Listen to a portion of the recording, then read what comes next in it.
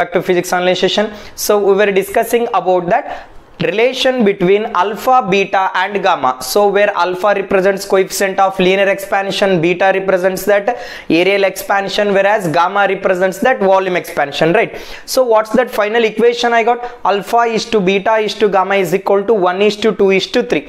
What's the physical meaning of that equation? A equation in a physical ರೂಪ ಏನಿಲ್ಲ.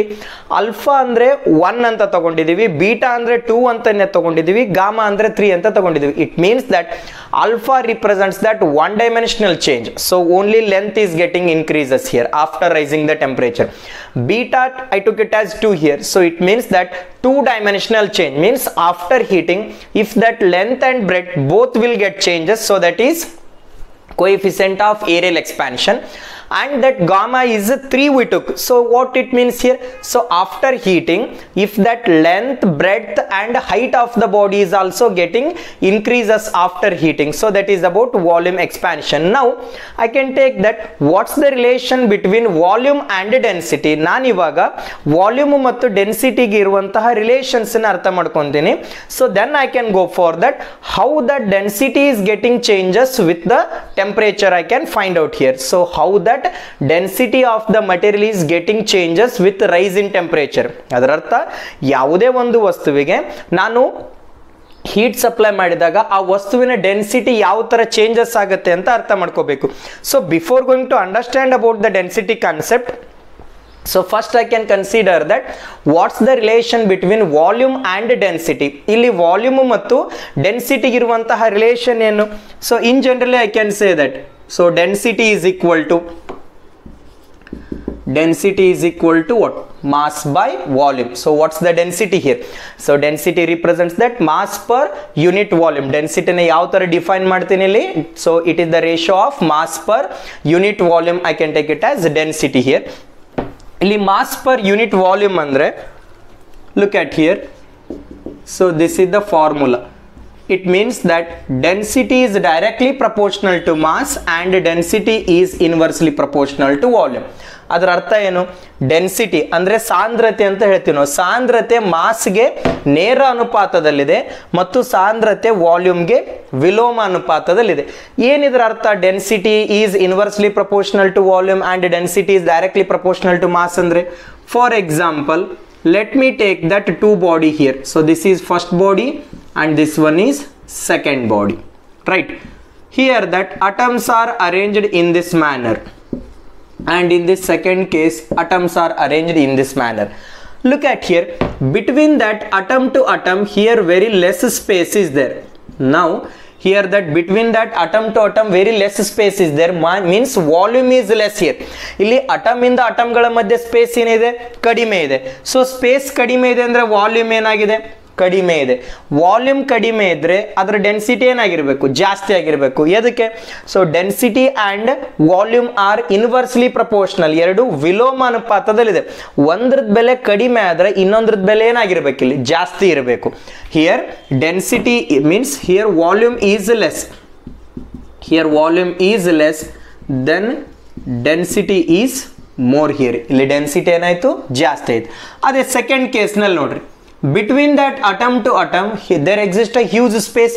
It means that volume is more here. In that second case I can take that volume is more. If volume is more means what about it density here? Density is less here.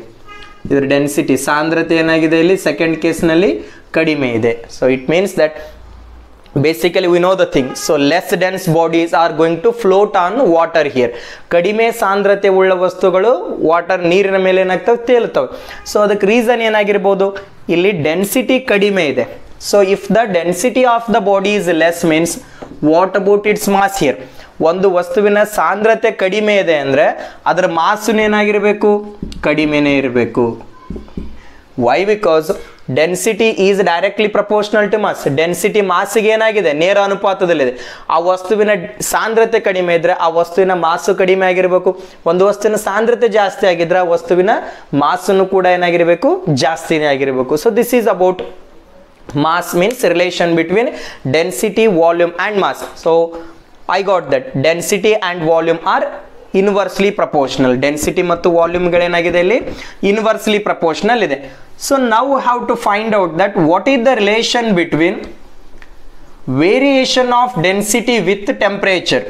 So ಯಾವುದೇ ಒಂದು ವಸ್ತುವಿಗೆ ನಾನು ಟೆಂಪರೇಚರ್ನ ಕೊಟ್ಟರೆ ಆ ವಸ್ತುವಿನ density ಯಾವ ಥರ ಬದಲಾಗುತ್ತೆ ಅಂತ ನಾನು ಅರ್ಥ ಮಾಡ್ಕೋಬೇಕು. I need to find out that variation of density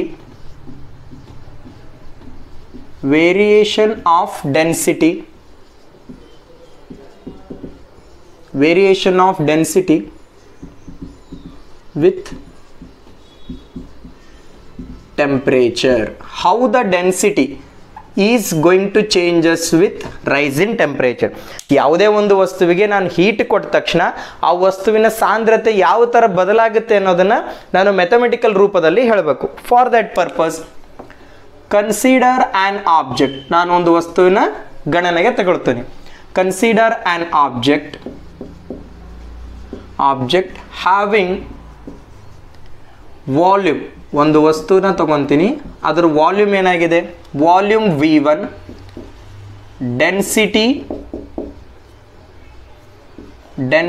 D1 at temperature T1. ಅದರ ಅರ್ಥ ಏನು, ಒಂದು ವಸ್ತುವಿನ ವಾಲ್ಯೂಮ್ V1 ಆಗಿದೆ, ಆ ವಸ್ತುವಿನ ಡೆನ್ಸಿಟಿ D1 ಆಗಿದೆ ಯಾವಾಗ, ಟೆಂಪರೇಚರ್ T1 ಇದ್ದಾಗ. and its ವಾಲ್ಯೂಮ್ V2, ಅದರ ವಾಲ್ಯೂಮ್ ಏನಾಯಿತು, V2 ಆಯಿತು, ಡೆನ್ಸಿಟಿ D2 ಅಂತ ಆಯಿತು ಯಾವಾಗ, at temperature T2. Temperature T1 ಇದ್ದಾಗ ವಾಲ್ಯೂಮ್ V1 ಇದೆ, ಡೆನ್ಸಿಟಿ D1 ಇದೆ. ಆ್ಯಂಡ್ ಟೆಂಪರೇಚರ್ T2 ಆದಾಗ ಅದರ ವಾಲ್ಯೂಮ್ ಏನಾಗಿತ್ತು, V2 ಆಯಿತು, ಮತ್ತು ಅದರ ಡೆನ್ಸಿಟಿ ಏನಾಯಿತು, D2 ಆಯಿತು. Then we are having that formula, final volume is equal to, so I will make you remember, final volume is equal to V2 is equal to V1 into 1 plus of gamma into delta T. So in last class we derived this equation, V2 is equal to V1 into 1 plus of gamma into delta T. Now my question is, as I mentioned that, for example here one object is there at temperature T1, its volume V1 is there and its density is D1. Now I will start provide that heat. Mass of this object is 1 kg. ಒಂದು object ತಗೊಂತೀನಿ, ಆ ಆಬ್ಜೆಕ್ಟ್ನ mass ಏನಾಗಿದೆ, 1 kg ಇದೆ. Temperature T1 ಇದ್ದಾಗ ಅದ್ರ volume ಏನಿದೆ, V1 ಇದೆ, ಅದ್ರ density ಏನಾಗಿದೆ, D1 ಇದೆ. For example if I starts providing that heat, so ಹೀಟನ್ನು ಕೊಟ್ಟಾಗ ಈ ಆಬ್ಜೆಕ್ಟಿನ ಟೆಂಪರೇಚರ್ ಏನಾಯಿತು, T2 ಆಯಿತು, ವಾಲ್ಯೂಮ್ V2 ಆಯಿತು, ಡೆನ್ಸಿಟಿ D2 ಆಯಿತು, ರೈಟ್. ಇಲ್ಲಿ ಮಾಸ್ ಚೇಂಜ್ ಆಗುತ್ತೋ ಇಲ್ಲೋ, ಯಾವುದೇ ಒಂದು ವಸ್ತುವಿಗೆ ನಾನು ಹೀಟ್ ಸಪ್ಲೈ ಮಾಡಿದಾಗ ಆ ವಸ್ತುವಿನ ಮಾಸ್ ಚೇಂಜ್ ಆಗುತ್ತೋ ಇಲ್ಲೋ ಅಂತ ನಾನು ಅರ್ಥ ಮಾಡ್ಕೋಬೇಕು. What's our answer here, whether mass is getting change or mass will be remain same. So remember one thing, mass will be remain same. However, you can supply the heat, only temperature, volume and density is getting changed here, but mass of the body is remains same after heating also. ಯಾವುದೇ ಒಂದು ವಸ್ತುವಿಗೆ ನೀನು heat supply ಮಾಡಿದಾಗ ಆ ವಸ್ತುವಿನ mass ಏನಾಗೋದಿಲ್ಲ, change ಆಗೋದಿಲ್ಲ ರೀ. So mass of the body will be remains same after providing the heat. So keep it in mind. So mass of the body is remains same after heating. ಯಾವುದೇ ಒಂದು ವಸ್ತುವಿಗೆ ನಾನು ಹೀಟ್ ಕೊಟ್ಟ ತಕ್ಷಣ ಆ ವಸ್ತುವಿನ ಮಾಸ್ ಏನಾಗಿರುತ್ತೆ, ಸೇಮ್ ಇರುತ್ತೆ. ಮಾಸ್ನಲ್ಲಿ ಯಾವುದೇ ರೀತಿಯಾದಂತಹ ಬದಲಾವಣೆ ಆಗೋದಿಲ್ಲ. Now I can take that after heating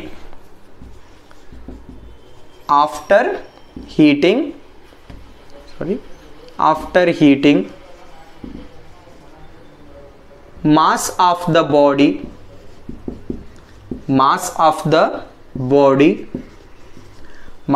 the body is remains same. Heat ಕೊಟ್ಟ ತಕ್ಷಣ ಆಬ್ಜೆಕ್ಟಿನ ಮಾಸ್ ಏನಾಗಿರುತ್ತೆ, ಸೇಮ್ ಇರುತ್ತೆ. ಮೊದಲು ಹೀಟ್ ಕೊಡೋಕ್ಕಿಂತ ಮೊದಲು ಆ ಆಬ್ಜೆಕ್ಟಿನ ಡೆನ್ಸಿಟಿ ಏನಾಗಿದೆ ಅಂತ ಅನ್ಕೋರಿ, D1 ಇದೆ, ಮಾಸ್ M ಇದೆ, ವಾಲ್ಯೂಮ್ V1 ಇದೆ. ಮಾಸ್ ಚೇಂಜ್ ಆಗೋದಿಲ್ಲ ಅಂದ್ರೆ M ಅಂತಾನೆ ಬರ್ಕೊಂತೀನಿ. Shall I take that M is equal to D1 into V1 after providing that heat? Density becomes D2, mass will be remain same, volume becomes V2. ಇಲ್ಲಿ ಮಾಸನ್ನ ಮತ್ತೇನಂತ ಬರ್ಕೋಬಹುದು, d2 into v2 ಅಂತ ಬರ್ಕೋಬಹುದು. Did you get my point? Anyhow after heating mass will be remain same. ಯಾವುದೇ ಒಂದು ವಸ್ತುವಿಗೆ ನೀನು heat ಕೊಟ್ಟ ತಕ್ಷಣ ಆ ವಸ್ತುವಿನ ಮಾಸ್ ಸೇಮ್ ಆಗಿರುತ್ತೆ ಅಂದಮೇಲೆ so m is equal to d1 into v1, m is equal to d2 into v2. Shall I equate these two? ಇದನ್ನ ನಾನು ಏನಂತ ಬರಿಬಹುದು? d1 v1 is equal to d2 into v2. ಏನಂತ ಬರಿಬಹುದು ಇಲ್ಲಿ? d1 v1 is equal to d2 into v2. So why I write it as d1 v1 is equal to d2 into v2? Why? Because after heating anyhow mass of the body will not get changed here. So d1 v1 is equal to d2 into v2. Now I will rearrange this equation. v2 term ನ ಏನಂತ ಬರಿಬಹುದು ನಾನು ಇಲ್ಲಿ ಬರೀ v2 ಅಂತ ಬರಿತೀನಿ. d2 ನ left side ತಗೋರಿ. v2 is equal to d1 v1 divided by d2. ಇದನ್ನ equation 2 ಅಂತ ತಗೊಂತೀನಿ. So why? Because v2 shall I take it here? equation 1 ನಲ್ಲಿ v2 ಅಂದಲ್ಲಿ ನಾನು ಏನಂತ ಬರಿಬಹುದು? d1 v1 divided by d2. So I will substitute equation 2 value. equation 2 value ಏನು ಮಾಡ್ತೀನಿ? in equation 1. equation 2 value na equation 1 ನಲ್ಲಿ substitute ಮಾಡ್ರಿ. Now I want to simplify this equation. Look at here. Wherever v2 is there, d1 v1 divided by d2. d1 v1 divided by d2. It is equal to v1 into 1 plus gamma into delta t. Hope you are understanding here. Now d2 I will take it here. d1 v1 is equal to v1 into 1 plus gamma into delta t into d2. ಅರ್ಥ ಆಗ್ತಿದೆ ಇಲ್ಲಿ? Look at here. Here also v1 is there. Here also v1 is there. These two term will getting cancel out. ಎರಡು term ನಾನು cancel ಮಾಡ್ಕೋಬಹುದು. Now d1 is equal to 1 plus gamma into delta t. It is equal to d2. ಈ ತರ ಬರಿಬಹುದು ನಾನು. d1 is equal to what? d1 is equal to 1 plus gamma into delta t into d2. ಈ d2 ನ multiply ಮಾಡ್ಕೋರಿ. d2 is equal to d1 is equal to d2 into 1 plus of d2 into gamma into delta t. ಈ ತರ ಬರಿಬಹುದು ನಾನಿಲ್ಲಿ. d2 is d1 is equal to d2 into 1 plus of d2 into gamma into delta t. ಇಲ್ಲಿ d2 ನ left side ತಗೋರಿ. d1 minus of d2, it is equal to what? d2 into gamma into delta t. Did you get my point? d1 minus of d2 is equal to d2 into gamma into delta t. ಈಗ ನಾನು ಬರೀ gamma ವ್ಯಾಲ್ಯೂನ ತಗೊಂತೀನಿ, coefficient of volume expansion. So d1 minus of d2 divided by d2 into delta t. Gamma is equal to what? Gamma is equal to d1 minus of d2 divided by d2 into delta t. So what's the equation? I can take it here. For example, this equation is 3. ಇದನ್ನ ಏನಂತ ತಗೊಂತೀನಿ ನಾನು? equation 3 ಅಂತ ತಗೊಂತೀನಿ. Now I can take that equation. ನನಗೆ ಇವಾಗ gamma is equal to ಏನಂತ ಬಂತು? d1 minus of d2 divided by d2 into delta t. Now I want to find out that d2 value. Means d2 ಅಂದ್ರೆ ಏನಿಲ್ಲಿ? Density of the body after that rise in temperature to T2 here. Density ಇಲ್ಲಿ increase ಆಗುತ್ತೋ decrease ಆಗುತ್ತೋ ಟೆಂಪರೇಚರ್ನ ಜಾಸ್ತಿ ಮಾಡಿದಾಗ ಅಂತ ನಾನು ಅರ್ಥ ಮಾಡ್ಕೋಬೇಕು. For example I took this one as equation 3. Hope here. For example, let me take this is equation 3 and this I will take it as equation 4. Now equation 3 ನ rearrange ಮಾಡ್ರಿ. ಇಲ್ಲಿ ಏನಂತಾಗುತ್ತೆ ಇಲ್ಲಿ? equation 3 ನ rearrange ಮಾಡಿದ್ರೆ d1 divided by 1 plus gamma into delta t ನ denominator ನಲ್ಲಿ ತಗೋರಿ. 1 plus gamma into delta t. 1 plus gamma into delta t ನ denominator ನಲ್ಲಿ ತಗೊಂಡ್ರೆ it is equal to d2 here. So d2 is equal to d1 divided by 1 plus gamma into delta t. ಇಲ್ಲಿ denominator ನಲ್ಲಿ 1 plus gamma into delta t denominator ನಲ್ಲಿ ಇದೆ. Numerator ನಲ್ಲಿ ತಗೊಂಡ್ರೆ ಏನಾಗುತ್ತೆ? Look at here. d1 into 1 plus gamma into delta t whole to the power of minus 1. Did you get my point? Look at here. By the binomial expansion d1 into So here minus 1 is there. From the binomial expansion 1 plus of x whole to the power of n. ಏನಂತ ಬರಿಬಹುದು ನಾನು ಇದನ್ನ 1 plus of n into x ಅಂತ ಬರಿಬಹುದು binomial expansion ಅಲ್ಲಿ. ಅದೇ ತರ 1 plus of gamma into delta t whole to the power of minus 1 ಅನ್ನ ಏನಂತ ಬರಿಬಹುದು, ಇಲ್ಲಿ minus 1 ಈ ಕಡೆ ಬರುತ್ತೆ, 1 minus of gamma into delta t, it is equal to d2. So this is about that d2 value here. d2 is equal to ಏನಂತ ಬಂತು, 1 minus of gamma into delta t.